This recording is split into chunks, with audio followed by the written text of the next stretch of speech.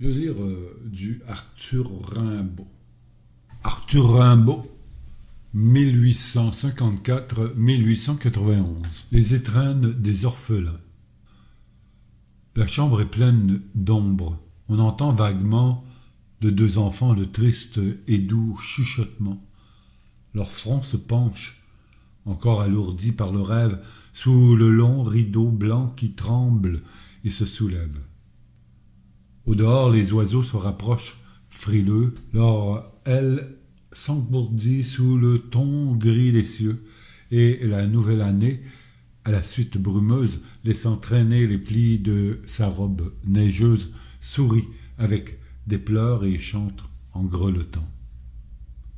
Or, les petits enfants, sous le rideau flottant, parlent bas, comme on fait dans une nuit obscure. Ils écoutent, pensifs, comme un lointain murmure. Ils tressaillent souvent à la claire voix d'or du timbre matinal qui frappe et frappe encore son refrain métallique en son globe de verre. Puis, la chambre est glacée, on voit traîner à terre, épars autour des lits, des vêtements de deuil. L'âpre bise d'hiver qui se lamente au seuil souffle dans le logis son haleine morose. On sent dans tout cela qu'il manque quelque chose. Il n'est donc point de mère à ces petits enfants, de mère au frais sourire, au regard triomphant. Elle a donc oublié le soir seul et penché d'exciter une flamme à la cendre arrachée, d'amonceler sur eux la laine et l'édredon avant de les quitter en leur criant pardon. Elle n'a point prévu la froideur matinale, ni bien fermé le seuil à la bise hivernale. Le rêve maternel, c'est le tiède tapis, c'est le nid cotonneux où les enfants tapis, comme de beaux oiseaux que balancent les branches, dorment leur doux sommeil plein de visions blanches. Et là, comme un nid sans plumes, sans chaleur, où les petits ont froid, ne dorment pas, ont peur. Un nid qui doit avoir glacé la bise amère. Votre cœur l'a compris, ces enfants sont sans mère. Plus de mère au logis, et le père est bien loin. Une vieille servante, alors on a pris soin. Les petits sont tout seuls en la maison glacée, orphelins de 4 ans, voilà quand leur pensée s'éveille, par degrés, un souvenir riant. C'est comme un chapelet qu'on égrène en priant. Ah, quel beau matin que ce matin des étrennes. Chacun, pendant la nuit, avait rêvé des siennes dans quelque songe étrange où l'on voyait joujoux, bonbons, habillés d'or, étincelants, bijoux, tourbillonner, danser, une danse sonore, puis fuir sous les rideaux, puis reparaître encore. On s'éveillait matin, on se levait joyeux, la lèvre affriandée, en se frottant les yeux. On allait, les cheveux emmêlés sur la tête, les yeux tout rayonnants, comme au grand jour de fête, et les petits pieds nus effleurant le plancher aux portes des parents tout doucement touchés. On entrait, puis alors les souhaits en chemise, les baisers répétés et la gaieté permise. Ah, c'était si charmant ces mots dits tant de fois. Mais comme il est changé le logis d'autrefois, un grand feu pétillait, clair, dans la cheminée, toute la vieille chambre était illuminée, et les reflets vermeils sortis du grand foyer sur les meubles vernis aimaient à tournoyer. L'armoire était sans clé, la grande armoire. On regardait souvent sa porte brune et noire, sans clé. C'était étrange. On rêvait bien des fois au mystère dormant entre ses flancs de bois. Et l'on croyait ouïr au fond de la serrure béante un bruit lointain, vague et joyeux murmure. La chambre des parents est bien vide aujourd'hui.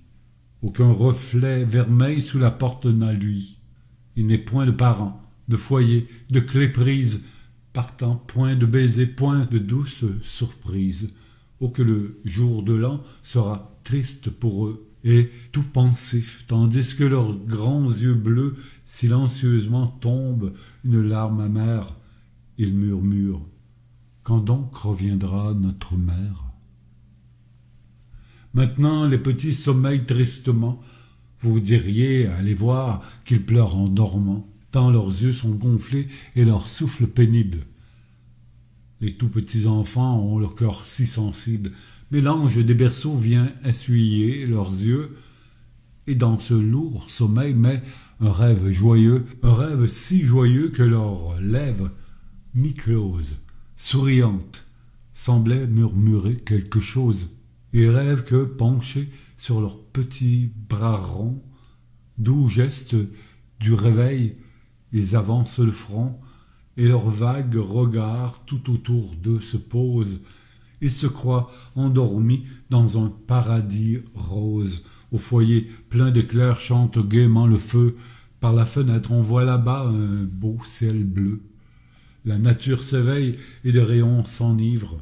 La terre demi-nue, heureuse de revivre, a des frissons de joie au baiser du soleil. Et dans le vieux logis tout est tiède et vermeil. Les sombres vêtements ne jonchent plus la terre. La bise sous le seuil a fini par se taire. On dirait qu'une fée a passé dans cela. Les enfants tout joyeux ont jeté 2 cris. Là, près du lit maternel, sous un beau rayon rose, là, sur le grand tapis, resplendit quelque chose. Ce sont des médaillons argentés, noirs et blancs, de la nacre et du jais aux reflets scintillants, des petits cadres noirs, des couronnes de verre, ayant 3 mots gravés en or: à notre mère. Sensation. Par les soirs bleus d'été j'irai, dans les sentiers, picotés par les blés, fouler l'herbe menue. Rêveur, j'en sentirai la fraîcheur à mes pieds.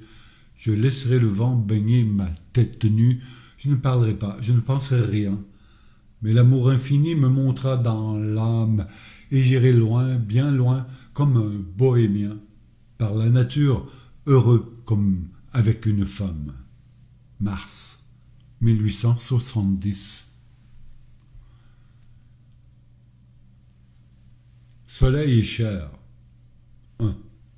Le soleil, le foyer de tendresse et de vie, verse l'amour brûlant à la terre ravie, et quand on est couché sur la vallée, on sent que la terre est nubile et déborde de sang, que son immense sein, soulevé par une âme, est d'amour comme Dieu, de chair comme la femme, et qu'il renferme gros de sève et de rayons le grand fourmillement de tous les embryons.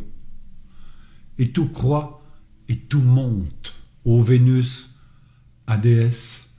Je regrette les temps de l'antique jeunesse, des satyres lascifs, des faunes animaux, Dieu qui mordait d'amour l'écorce des rameaux, et dans les nénuphars baisait la nymphe blonde. Je regrette les temps où la sève du monde, l'eau du fleuve, le sang rose des arbres verts, dans les veines de Pan mettait un univers, où le sol palpitait vert sous ses pieds de chèvre, où, baisant mollement le clair syrinque, sa lèvre modulait sous le ciel le grand hymne d'amour, où, debout sur la plaine, il entendait autour répondre à son appel la nature vivante, où les arbres muets berçant l'oiseau qui chante, la terre berçant l'homme, et tout l'océan bleu, et tous les animaux aimaient en Dieu. Je regrette les temps de la grande Cybèle, qu'on disait parcourir gigantesquement belle. Sur un grand char d'airain, les splendides cités, son double sein versait dans les immensités le pur ruissellement de la vie infinie. L'homme suçait, heureux, sa mamelle bénie, comme un petit enfant jouant sur ses genoux. Parce qu'il était fort, l'homme était chaste et doux. Misère, maintenant il dit, je sais les choses et va, les yeux fermés et les oreilles closes. Et pourtant, plus de Dieu, plus de Dieu. L'homme est roi, l'homme est Dieu. Mais l'amour, voilà la grande foi. Oh, si l'homme puisait encore à ta mamelle, grande mère des dieux et des hommes, si belle, s'il n'avait pas laissé l'immortelle Astarté qui, jadis, émergeant dans l'immense clarté des flots bleus, fleur de chair que la vague parfume, montrant son nombril rose où vint neiger l'écume, et fit chanter déesse aux grands yeux noirs vainqueurs, le rossignol au bois et l'amour dans les cœurs. 2. Je crois en toi, divine mère, Aphroditée marine. Oh, la route est amère depuis que l'autre Dieu nous attelle à sa croix. Chair, marbre, flore Vénus, c'est en toi que je crois. Oui, l'homme est triste et laid, triste sous le ciel vaste. Il a des vêtements parce qu'il n'est plus chaste, parce qu'il a sali son fier buste de Dieu et qu'il a rabougri, comme une idole au feu, son corps olympien aux servitudes sales. Oui, même après la mort, dans les squelettes pâles, il veut vivre, insultant la première beauté. Et l'idole où tu mis tant de virginité, où tu divinisas notre argile, la femme, afin que l'homme pût éclairer sa pauvre âme et monter lentement dans un immense amour de la prison terrestre à la beauté du jour. La femme ne sait plus même être courtisane. C'est une bonne farce et le monde ricane au nom doux et sacré de la grande Vénus. 3. Si les temps revenaient, les temps qui sont venus, car l'homme a fini, l'homme a joué tous les rôles, au grand jour fatigué de briser des idoles, il ressuscitera libre de tous ses dieux, et comme il est du ciel, il scrutera les cieux, l'idéal, la pensée invincible, éternelle. Tout le Dieu qui vit, sous son argile charnelle, montera, montera, brûlera sous son front, et quand tu le verras sonder tout l'horizon, contemplateur des vieux jougs, libre de toute crainte, tu viendras lui donner la rédemption sainte. Splendide, radieuse, au sein des grandes mers, tu surgiras, jetant sur le vaste univers l'amour infini dans un infini sourire. Le monde vibrera comme une immense lyre dans le frémissement d'un immense baiser. Le monde a soif d'amour, tu viendras l'apaiser. Oh, l'homme a relevé la tête libre et fière, et le rayon soudain de la beauté première fait palpiter le Dieu dans l'autel de la chair. Heureux du bien présent, pâle du mal souffert, l'homme veut tout sonder et savoir. La pensée la cavale longtemps, si longtemps, oppressée s'élance de son front. Elle saura pourquoi, qu'elle bondisse libre, et l'homme aura la foi. Pourquoi l'azur muet et l'espace insondable? Pourquoi les astres d'or fourmillant comme un sable? Si l'on montait toujours, que verrait-on là-haut? Un pasteur mène-t-il cet immense troupeau de mondes cheminant dans l'horreur de l'espace, et tous ces mondes-là, que les terres vastes embrasent, vibrent-ils aux accents d'une éternelle voix? Et l'homme peut-il voir, peut-il dire « je crois » La voix de la pensée est-elle plus qu'un rêve? Si l'homme naît si tôt, si la vie est si brève, d'où vient-il? Sombre-t-il dans l'océan profond des germes, des fœtus, des embryons, au fond de l'immense creuset d'où la mère nature le ressuscitera, vivante créature, pour aimer dans la rose et croître dans les blés? Nous ne pouvons savoir. Nous sommes accablés de manteaux d'ignorance et d'étroites chimères, singes d'hommes tombés de la vulve des mers. Notre pâle raison nous cache l'infini. Nous voulons regarder, le doute nous punit, le doute, morne oiseau, nous frappe de son aile, et l'horizon s'enfuit d'une fuite éternelle. Le grand ciel est ouvert, les mystères sont morts devant l'homme, debout, qui croit ses bras forts dans l'immense splendeur de la riche nature. Il chante, et le bois chante, et le fleuve murmure, un chant plein de bonheur qui monte vers le jour. C'est la rédemption, c'est l'amour, c'est l'amour. 4. Ô splendeur de la chair, ô splendeur idéale, au renouveau d'amour, aurore triomphale, où, courbant à leurs pieds les dieux et les héros, Calipige, la blanche et le petit Éros effleureront, couverts de la neige et des roses, les femmes et les fleurs sous leurs beaux pieds écloses aux grandes Adriadnes qui jettent tes sanglots sur la rive en voyant fuir là-bas sur les flots blanches sous le soleil la voile de Thésée. Ô douce vierge enfant qu'une nuit a brisée, tais-toi. Sur son char d'or brodé de noirs raisins, Lysios, promené dans un champ phrygien, par les tigres lascifs et les panthères rousses, le long des fleuves bleus rougis les sombres mousses. Zeus, taureau, sur son cou berce comme un enfant le corps nu d'Europée qui jette sur son bras blanc au cou nerveux du dieu frissonnant dans la vague. Il tourne lentement vers elle un œil vague. Elle laisse traîner sa pâle joue en fleurs. Au front de Zeus, ses yeux sont fermés. Elle meurt dans un divin baiser, et le flot qui murmure de son écume d'or fleurit sa chevelure. Entre le laurier rose et le lotus jaseur glisse amoureusement le grand cygne rêveur, embrassant la Léda des blancheurs de son aile, et tandis que Cypris passe, étrangement belle, et cabrant les rondeurs splendides de ses reins, étale fièrement l'or de ses larges seins, et son ventre neigeux brodé de mousse noire.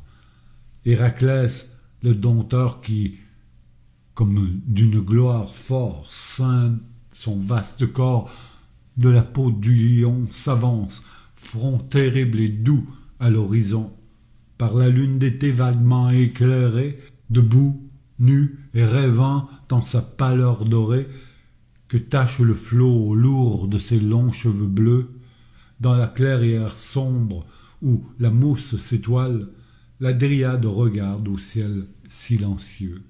La blanche Sélénée laisse flotter son voile, craintive, sur les pieds du bel Endymion, et lui jette un baiser dans un pâle rayon. La source pleure au loin dans une longue extase. C'est la nymphe qui rêve, un coude sur son vase au beau jeune homme blanc que son onde a pressé. Une brise d'amour dans la nuit a passé, et, dans les bois sacrés, dans l'horreur des grands arbres, majestueusement debout, les sombres marbres, les dieux, au front desquels le bouvreuil fait son nid, les dieux écoutent l'homme et le monde infini. Mai 1870.